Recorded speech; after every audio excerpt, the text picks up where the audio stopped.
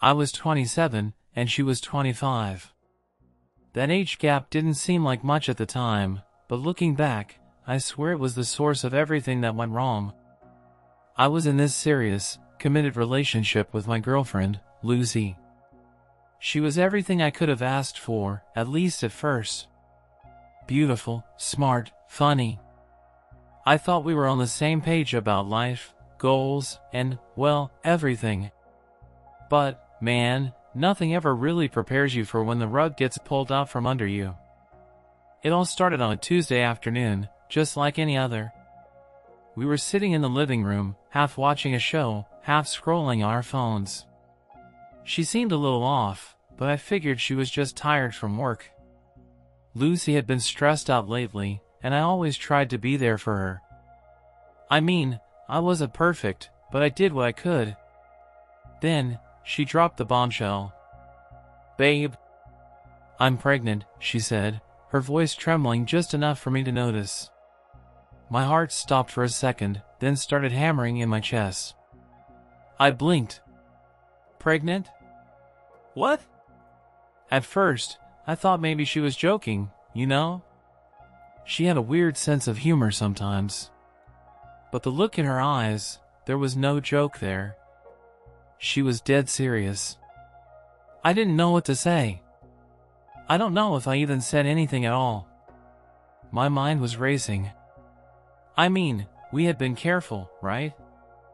We'd used protection, taken all the steps. But, was I sure? Could something have happened? I tried to ignore the panic crawling up my throat and just nodded, trying to be calm. Okay, well, we'll figure this out. But I couldn't shake the feeling that something wasn't right. Lucy had been acting distant for a while now, emotionally withdrawn, even though she claimed everything was fine. I'd chalked it up to stress, but now, I wasn't so sure.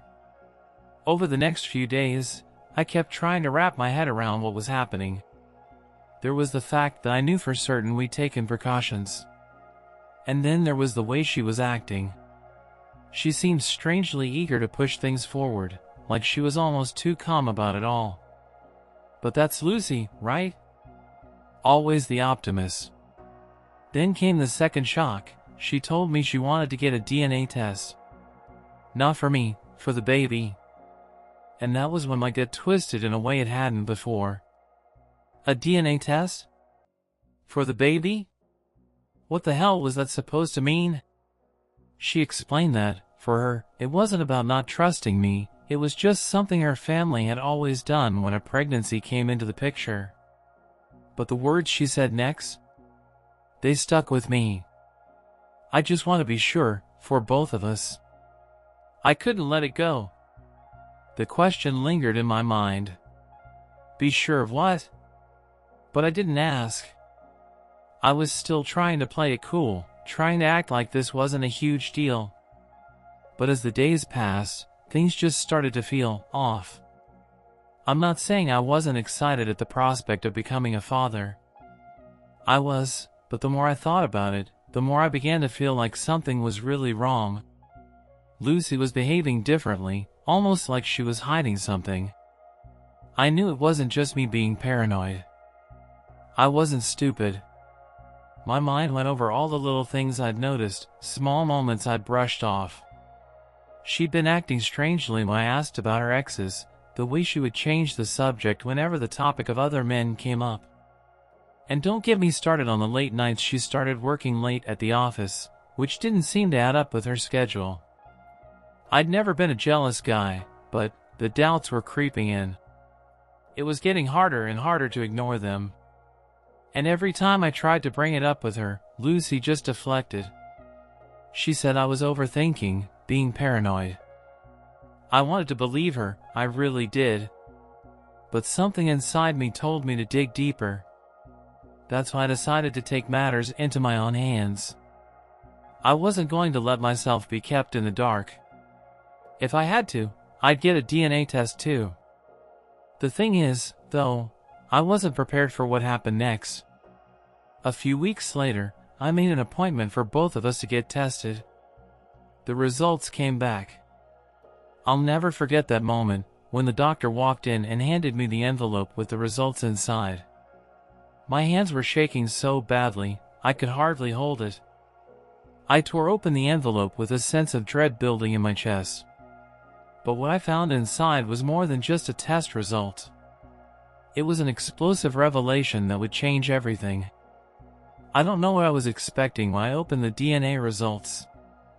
I mean, part of me was trying to convince myself that maybe I was just paranoid. That maybe the little things I'd noticed, the late nights, the weirdness in her eyes when I asked about her exes, were nothing. But when I saw that report, everything shifted. It wasn't just the numbers on the sheet. It was the name. The father's name wasn't mine. I had no idea who this guy was. My stomach dropped. I didn't know whether to feel angry, betrayed, or just completely crushed. How long had she been hiding this? Was I just some idiot who couldn't see the signs? My mind was spinning, trying to make sense of what I was looking at. This wasn't just about a pregnancy anymore. It wasn't just about the relationship. It was about trust, betrayal, and something darker that I couldn't yet comprehend. I had to confront her. I had no choice. I called Lucy, my voice tight, barely holding it together. "We need to talk. Now." She was at work, but I wasn't in the mood for games. I couldn't wait for her to come home. My anger was bubbling up, and I needed answers, even if it destroyed everything. I demanded she come over to my place. When she arrived, she looked normal. Too normal. She walked in, smiling as if nothing was wrong. As if I hadn't just seen something that shattered the world I thought I knew. She asked if I was okay. The audacity. I didn't waste any time. I tossed the envelope down on the table, the DNA results staring her in the face. "Explain this," I said, my voice low and almost dangerous. Her smile faltered, but she quickly recovered. "What's this about?" she asked, acting confused, but I could see the flicker of guilt in her eyes. I didn't let her off the hook. "Don't act like you don't know. I know it's not mine." "Who is he?" The words were out before I could stop them, and they hit harder than I anticipated. For a second, she just stood there, silent, eyes darting around the room, like she was trying to piece together a lie on the spot. Finally, she opened her mouth, but the words that came out weren't what I was expecting. "You don't understand," she whispered. I froze. Her tone wasn't defensive. It wasn't even angry. It was like sadness. She wasn't angry. She wasn't even trying to deny it. She was sad. "Explain then," I demanded, but this time, my voice cracked, the anger starting to shift into confusion. She sat down on the couch, rubbing her temples like she was trying to gather the strength to talk. I stood in front of her, pacing. This wasn't the woman I'd been dating. This was someone else. Someone I didn't recognize. "I didn't want you to find out like this," she began, but she couldn't look me in the eyes. "I was going to tell you, eventually. I don't know how it happened. Everything got out of control." "Out of control?" I asked, my heart hammering. "Lucy, what are you talking about?" She sighed heavily, her face pale. "I slept with someone else. I didn't mean for it to happen. It was a mistake, just a stupid mistake." The world seemed to tilt beneath me. I felt like I was going to collapse. "Who?" I asked, my voice almost a whisper, but I needed to know. "Who is it, Lucy?" There was a long pause. She stared at her hands in her lap, fingers twisting nervously. "His name is Adam," she said, barely above a whisper. "I met him at work." It was one of those things. I didn't mean for it to happen, but it did. And now I'm pregnant, and I don't know what to do. The words hit me like a ton of bricks. Adam. The name didn't sound familiar, but that didn't matter. What mattered was the betrayal. The one thing I never thought she'd do. But she had. And worse, she had carried this secret with her, this lie, and let it build up until it exploded right in front of me. I tried to swallow the knot in my throat, but it was useless. So what? You've been lying to me this whole time? I could barely speak. It was like my own voice was betraying me. Lucy shook her head, tears beginning to well in her eyes. I never wanted to hurt you. I swear. I've been so scared of losing you that I just kept pretending everything was fine. But I couldn't anymore. I couldn't lie to you any longer. I felt the blood rushing to my head, a mixture of disbelief and rage flooding my system. You're telling me this now? After all this time? I was going to tell you, she repeated, her voice cracking. But when I found out I was pregnant, I didn't know how. I didn't know if I could. The anger I'd been holding in suddenly broke loose, flooding every inch of me. So you just let me live this lie? I spat. You made me think this whole time I was the father. You made me believe in something that wasn't even real. And for what? Because you were too cowardly to tell me the truth? Lucy flinched at my words, but I didn't care. I was done holding back. You have no idea what you've done to me, to us. I thought we had something real. But now it's all a lie. Everything's a lie. Her face twisted with regret, and I could see how much this was killing her. But the damage was done. There was no taking it back. And I had no idea where to go from here. I could barely look at her. The truth was out there now, staring at me like a beast, and all I could do was stand there, my mind still reeling, trying to process everything Lucy had just said. Adam. Another guy. I could feel my pulse in my temples. My whole body was shaking. I thought I'd known her. I thought I trusted her. But how could I? How could I even look at her the same way again after everything she'd said? I needed to get out of that room. I needed air. My lungs were tight, and I could feel the walls closing in.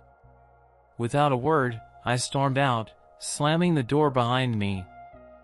I didn't care if it hurt her. I didn't care about anything. The only thing that mattered was that I needed to escape, even if just for a moment. I grabbed my jacket, heading straight for the door. My phone buzzed in my pocket, but I ignored it. I didn't want to hear from anyone. Especially her. Outside, the cool air hit my face, but it didn't do anything to calm the storm inside me. I walked, and I didn't even know where I was going. I didn't want to think about what had just happened. But it was all I could think about. The image of Lucy's face, the guilt in her eyes, the confession she'd made, it was like it was burned into my mind. My phone buzzed again. I pulled it out, expecting it to be her, but it wasn't. It was a text from a random number I didn't recognize. I know who you are. We need to talk. I stared at the screen, a chill running down my spine. Who the hell was this? Was this Adam? Was this someone else who knew what had happened? My heart raced again. Was this some kind of threat? I typed back quickly, my fingers trembling. Who is this? The reply came almost immediately. It's me. Adam. I don't want this to go any further, but I think you deserve the truth. That name again. My stomach twisted. I wasn't sure whether to call him, text back, or just throw my phone into the street. What did he want from me? What could he possibly say that would make any of this better? I kept walking, my thoughts spiraling out of control. I kept picturing the two of them, Lucy and this guy, Adam. How long had it been going on? How long had she been lying to me, telling me everything was fine when all along she was sneaking around behind my back? I took a deep breath, trying to calm myself. I couldn't keep walking aimlessly forever. I needed answers. I needed to understand what the hell had happened. And if Adam was the one who could give me those answers, then I had no choice but to face him. I dialed the number. The phone rang a few times before he picked up. "Hello?" His voice was calm, almost too calm, and it made my blood boil. "What do you want?" I didn't bother with pleasantries. I was beyond that. "I just want to clear the air," he said. "I know you've seen the DNA results. And I'm sorry you had to find out like this. But there's more to the story. I think you deserve to know everything." I wasn't sure what I expected him to say, but it definitely wasn't this. "What's there to know?" I shot back. "You slept with my girlfriend. That's all I need to know." He sighed, like he was trying to find the right words. "I didn't want to be the one to tell you this, man. But I think you need to understand what happened between us. You need to know that this wasn't just some fling. It was more than that." "More than that?" I was losing it. "What the hell are you talking about? You're telling me she was cheating on me, and it's more than that?" "It's not what you think," he said quickly. "I didn't plan for it. I didn't even want it to happen. But we connected. She told me everything about you. How you were distant, how things weren't right in your relationship. She was looking for something she wasn't getting from you." I almost dropped the phone. Distant? What the hell was he talking about? Lucy had never once mentioned feeling disconnected from me. Sure, we had our rough patches. But we were together, weren't we?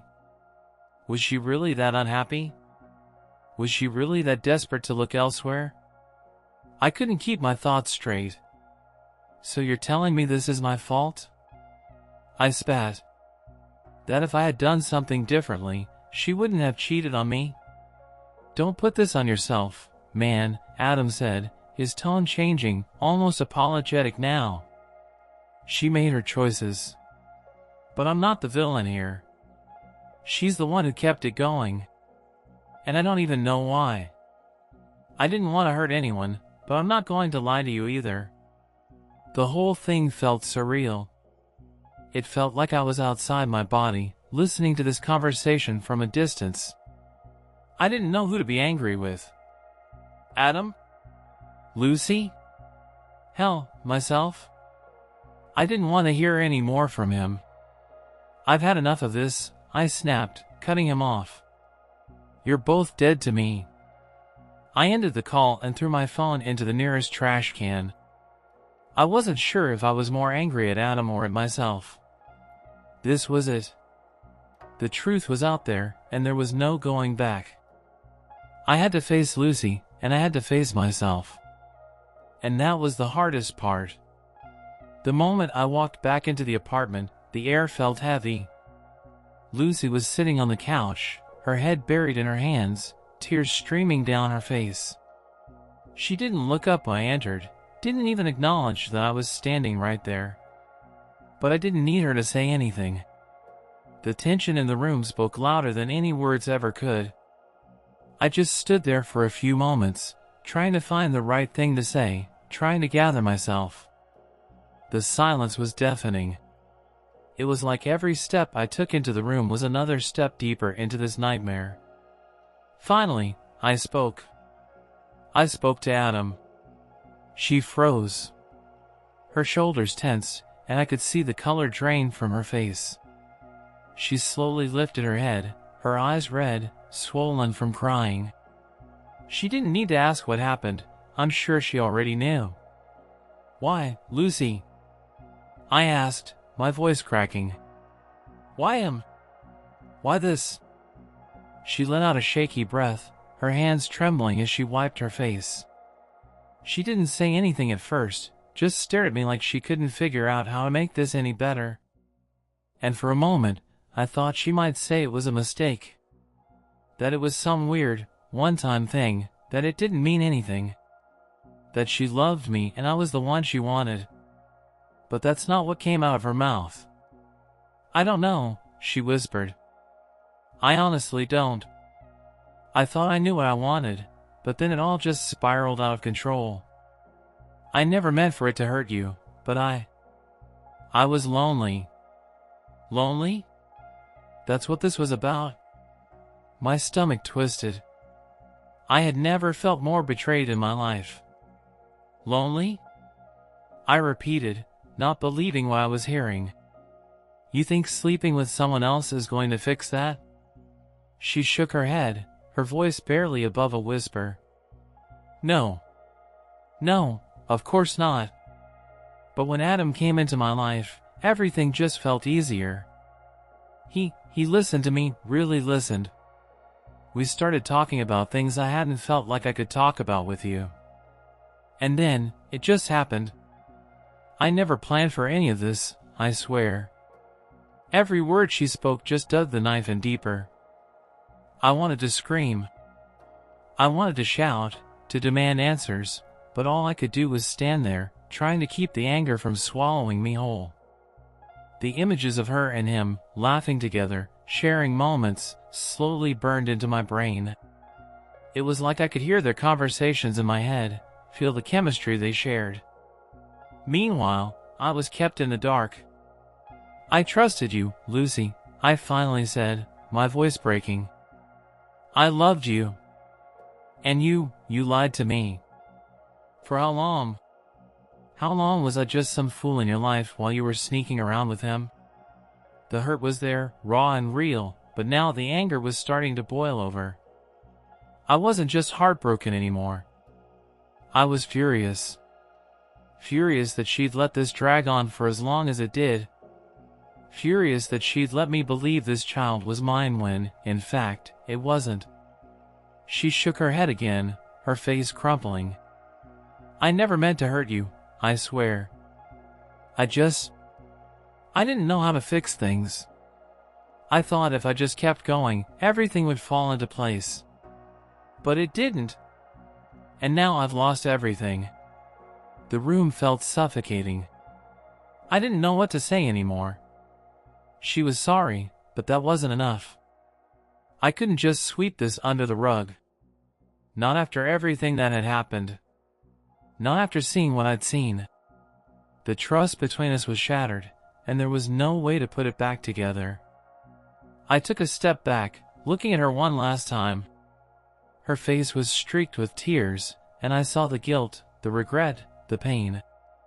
But it wasn't enough. I didn't care about the apologies anymore. They meant nothing now. She wasn't the person I thought she was.